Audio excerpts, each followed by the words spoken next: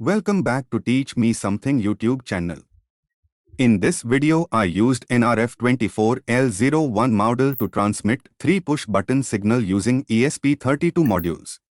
It can communicate maximum 1 km distance using proper power supply and proper antenna. Here I have taken 3.3 volt from ESP32 for NRF24L01 module. I recommend to use connect buck converter to give power for NRF24L01 module, so that it can communicate more distance. Please watch full video to make this project.